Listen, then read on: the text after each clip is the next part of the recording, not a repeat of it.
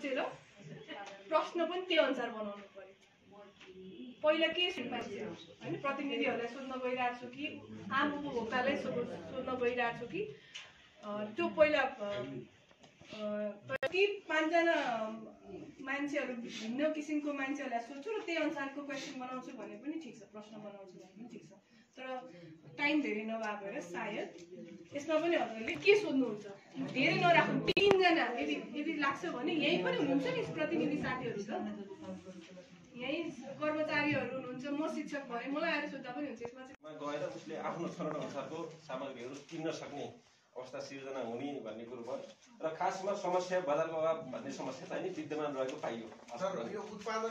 बाली लगाएका छौँ अथवा पशुपालन व्यवसाय गरेका छौँ। यसमा चाहिँ हाम्रो बाघ, बाँदर, दुम्सी, यो मृग यसको धेरै समस्या हामी कृषकले झेलेको अवस्था, यो चाहिँ सबैलाई कृषकहरूसँग जाँदा त्यो कुरा समस्या चाहिँ देखिएको छ हामी भन्ने कुरा आयो।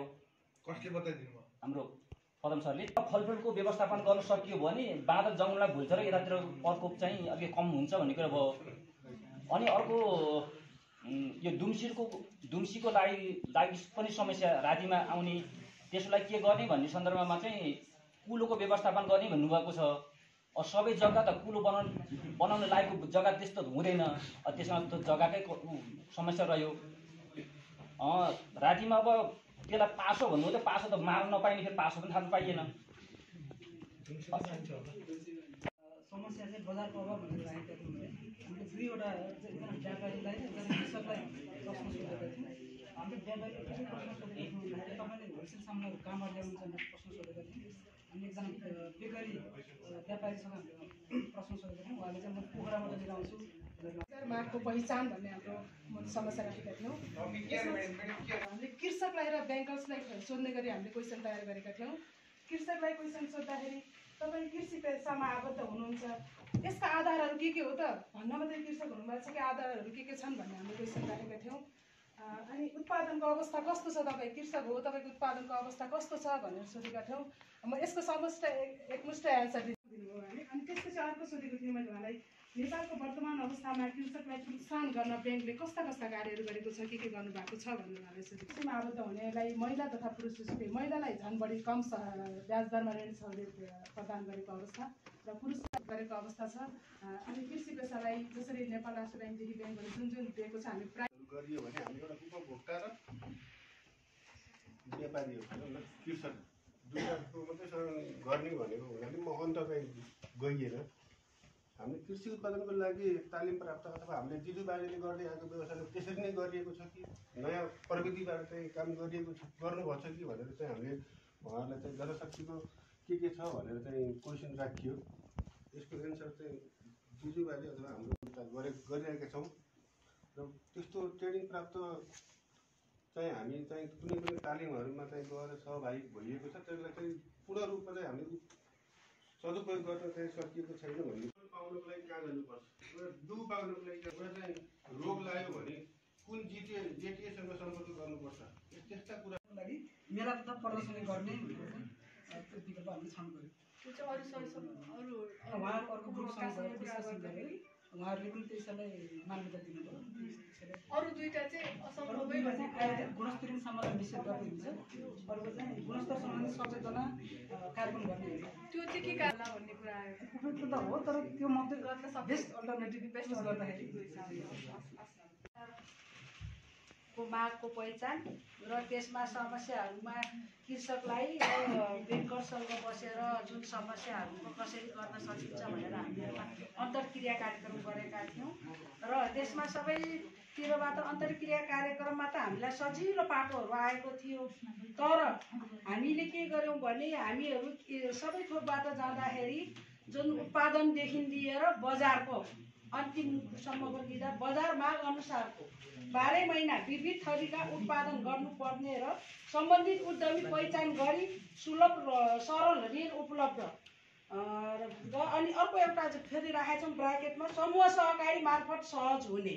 यसको चाहिँ मैले प्रिपेरेसन गर्छु कि हामीहरूले सिजनल्ली बजारको मागलाई ध्यानमा राखेर उत्पादन कुनै पनि उत्पादन गर्न सक्यौँ भने हामीलाई जुन बजारको माग अनुसारको उत्पादन गर्न सक्यौँ भने हामीलाई खासै बजारको समस्या पनि पर्दैन। किन हामीले लगाउँछौँ, कसैले काउटी एउटाले लगाएपछि सबै भन्दा जुन कि अहिले हाम्रो यो समस्याको बेलामा ब्रोइलर विदेशबाट आउनेहरूले ब्रोइलर पाल्नु हुँदा ब्रोइलर कुखुराको मूल्य माथि एकैचोटि माथिबाट तल झरेको थियो।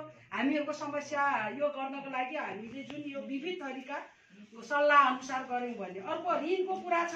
हामीहरूलाई सजिलो सस्तो किसानहरूलाई ऋण भन्छौँ, तर यो ऋण किसानहरूमा सम्बन्धित किसानमा गएको हुँदैन। किन सम्बन्धित किसान भनेको पहाडको हुन्छ होइन, पहाडको हुन्छ र उनीहरूसँग ढिटो पत्ती नै हुँदैन। त्यसै कारण यो जुन बजारमा बस्नेहरू किसानको फर्म दर्ता गरेको हुन्छ, विभिन्न तरिकाकोहरूले लिएको हुन्छ। यो चाहिँ त्यसकारण हामीहरूले ऋण उपलब्धलाई सम्बन्धित पेसा र सम्बन्धित कागजपत्रहरू मात्र नहेरिकन पेसा र अनुगमनको साथमा लगानी हुनु गरेमा राम्रो सफल हुन्छ भन्ने। अर्को छ समूह सहकारी मार्फत सहज हुने। हामीहरूले अहिले विभिन्न कुराहरू गर्दा समूह सहकारी भित्रै हामीहरूसँग उपसमितिहरू हुन्छ, त्यो समिति मार्फत काम गऱ्यौँ भने हामीहरूलाई समस्याको समाधान हुन्छ। आफसे आप हामी किसानभित्रै भन्ने कामदार जनशक्तिको प्रयोग छ भनेको थियौँ होइन प्रश्नमा के त्यसको लागि टेनरको आवश्यकता छ भनेको थियौँ होइन हामी प्रश्न। अर्को थियो उद्योग उत्पादन अर्थात् हजुर। अनि हाम्रो अर्को प्रश्न थियो तालिम प्राप्त जनशक्तिको अभाव थियो होइन। त्यसको लागि हामीले सल्युसन के निकाल्यौँ भने जस्तै पढे लेखेको मान्छेले कृषि तथा व्यवसाय गरेको देखिन्छ।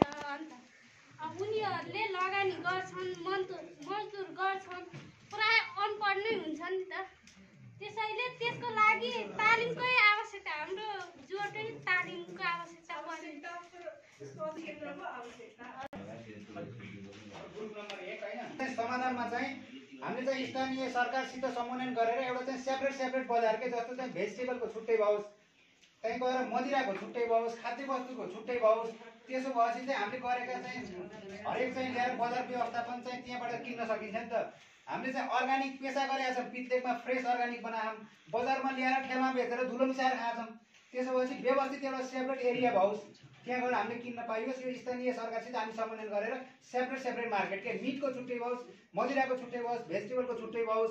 त्यसो भयो भने हामीलाई सजिलो पर्थ्यो कि बाटो डोराएर बाटा हिँड्नु पर्थेन, हाता चेउले हिँड्नु पर्थेन। अहिले हामीले त्यहाँ लगेर बाटा त्यो बजारमा छोडेर यहाँ आएर चाहिँ हामी मिटिङमा बस्न सकिन्थ्यो भन्ने कुरालाई हामीले चाहिँ यसलाई समाधानको रूपमा लिएका छौँ। जनावरको प्रकोप थियो अनि जसमा सल्युसन चाहिँ हाम्रो जस्तो समस्या समाधान चाहिँ हाम्रो फलफुल बाहेक हामीसँग तीनवटा अप्सन आयो। जस्तो घर वरिपरिको वन जङ्गल फडानी गर्ने, जस्तो रुखो नभएपछि बाँदर अलिक कम आउँछ नि त। अनि अर्को बाली नाली वरिपरि के कुरुवा राख्न पर्यो। त्यो जस्तो बाली नाली हुने क्षेत्रमा चाहिँ जस्तो एकजना हेर्ने भनेर मान्छे राख्न पर्यो कि त बाँदर धपाउने त्यो मेसिन अप्सन तीनवटा आयो। त्यसमध्ये पनि हामी फेरि कुन चुज गऱ्यौँ भन्दाखेरि घर वरिपरिको वन जङ्गल फडानी गऱ्यो भने अलिक कम हुन्थ्यो कि भन्ने सल्युसन हाम्रो टिमबाट। हरेक मान्छे त्यहाँ ठग्न भने त कोही पनि बसेको होइन नि है। हरेक मान्छे आफ्नो आफ्नो आवश्यकता अनुसार त्यो इकोसिस्टमको आवश्यकता पूर्ति गर्नुलाई त्यहाँ अडिएको हो कि। त्यो बिचौलिया पनि केही न केही त्यहाँ चाहिने भएरै आएको थियो, नचाहिने भएदेखि टिक थिएन। त्यो बजारलाई इकोसिस्टमलाई बिचौलिया नचाहिने भएदेखि यत्रो समय वर्षौँ टिक थिएन तिनीहरू। त्यो चाहिने भएरै त्यहाँ भएको हो। त्यस्तै गरी चाहिँ त्यो दोकान थापेर बस्ने मान्छे, किन्न जाने मान्छे, भान्सामा पकाउने मान्छे है, त्यो किन्ने र पकाउने कहीँ एउटै हुन्छ, कहीँ फरक पनि हुन्छ होइन। यो सबैले हरेक समस्यालाई फरक तरिकाले बुझेको हुन्छ, हेराइ अनुसार नै फरक हुन्छ। अनि कहिलेकाहीँ हामी के गर्छौँ, एउटाले कान छामिया छ हात्ती पङ्खा जस्तो भनेको छ, एउटाले पुच्छर छामिया छ हात्ती त सर्प जस्तो भनेको छ, एउटाले हात्तीको ज्यान छामिया छ हात्ती भित्तो जस्तो भनेको छ होइन। तर सबैको बुझाइ हेरेपछि है, कानको पनि पुच्छरको पनि नाकको पनि बल्ल आँखा देखिन्छ, बल्ल हात्ती त हात्ती जस्तो भन्ने बुझिन्छ। यो एम्प्याथी म्यापिङ भन्ने चाहिँ यो साँच्चै हात्तीलाई हात्ती जस्तै हो भन्ने अलिकति भए पनि बुझाइ बनाइदिने कुरा हो यो। यसमा त्यही मात्रै हजुरहरूले फरक दृष्टिकोणबाट है एउटा आफूलाई लागेको जस्तो समस्यालाई बुझ्ने प्रयास गर्ने भन्ने चाहिँ एउटा सोचको प्रक्रिया।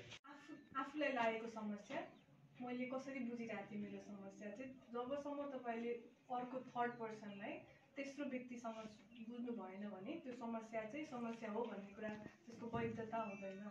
त्यो एउटा कुरा भयो होइन। सो मलाई केही व्यवसाय सुरु गर्न मन लाग्छ, गरिराख्नु भएको छ साथीहरूले होइन।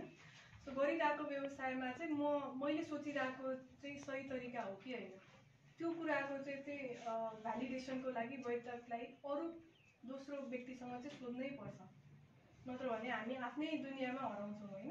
किनभने जसले उपयोग गर्नुहुन्छ उहाँहरूसँग त्यो समस्या हो कि होइन भन्ने कुरा नबुझिकन चाहिँ हामीले वास्तविक रूपमा समस्याको पहिचान गर्न सक्दैनौँ। र दोस्रो समस्या चाहिँ सही पहिचान भइसकेपछि चाहिँ त्यसको समाधान चाहिँ के हुन्छ भन्ने कुरा पनि फेरि प्रोसेसमा हेर्दाखेरि चाहिँ प्रोटोटाइपै बनाएर मैले भनेर मैले यस्तो सोचिरहेको छु है, अघि जस्तो हामीले भन्यौँ होइन, मेलामा लगेर हाम्रो लोकल उत्पादनलाई चाहिँ हामी त्यहाँ एक्जिबिसनमा राख्ने भन्ने जुन समस्याको समाधानको रूपमा आयो, त्यो गर्नको लागि हामी वास्तवमै त्यो गरेरै नै हेर्नुपर्छ नि त। भनेर मात्र सम्भव हुनेवाला छैन। भनेर भन्दा पनि गरेर हेरेपछि चाहिँ यस्तो हुने रहेछ। सायद त्यो एक्जिबिसन गरिसकेपछि त्यसपछि तपाईँले थाहा पाउनुहुन्छ कि गर्नुपर्ने कुरा चाहिँ उपयुक्त रहेछ कि रहेनछ। दोस्रो अर्को वर्ष यदि त्यो ठिक लागेन भने अर्को समस्याको समाधानतिर लाग्छौँ होला नि त हामी। तर हामीलाई हरेकपल्ट चाहिँ नयाँ समाधानको हिसाबले आउनको लागि पर्याप्त साधन स्रोत त नहोला। एकचोटि यो गर्छु त्यो चलेन, फेरि अर्कोचोटि अर्को गर्छु, त्यो त सधैँभरि हामीसँग त्यो टाइम पनि हुँदैन, अरू रिसोर्स पनि हुँदैन, पैसा पनि हुँदैन, त्यसको सबै त हामीसँग कन्स्ट्रेन्ट त छ। त्यसका लागि अघि मैले भने समस्याको समाधानका लागि पनि त्यही नहोस्, त्यही कुरा नदोहोरियोस्, हाम्रो लगानी के भनौँ सफल होस् होइन, सुरक्षित होस्, यस्तो दुरुपयोग नहोस् भन्नको लागि यो मौका के हो भने हामी कुनै समाधान बनाउनुको अगाडि चाहिँ रिसर्च गर्ने। त्यो रिसर्च भनेकै त्यो इन्टरभ्यू लिने भने पनि रिसर्चकै प्रक्रिया हो। अहिले हेर्दा यसो सामान्य छलफल गरे जस्तो लागे पनि त्यसको प्रक्रियामा हेर्दाखेरि चाहिँ त्यो रिसर्च भनेको इन्टरभ्यू भनेको रिसर्च नै हो। जसरी सरले भन्नुभयो यति दुनियाँभरि यति धेरै शोधकर्ताहरू हुनुहुन्छ होइन, हामी जस्तै शिक्षकहरूको कामै त्यति हो, बाहिरतिर के गरिरहेको रहेछ होइन। हामी कृषिमा सम्भाव्यता अध्ययन गर्नु पऱ्यो भने हामीले सायद अब अमेरिका युरोपतिर नहेरौँला, तर हाम्रै छिमेकी मुलुकहरूतिर हेर्न सक्छौँ नि त हामीले। सो उहाँहरूले के गर्नुभएको रहेछ, उहाँहरूले के प्रविधि अपनाउनु भएको रहेछ, कसरी कृषिलाई अगाडि बढाउन खोज्नु भएको रहेछ, त्यो त हामीले पढेर जानेर शोध गरेर जान्ने कुरा हो। तर त्यतिले मात्रै पुग्दैन। यो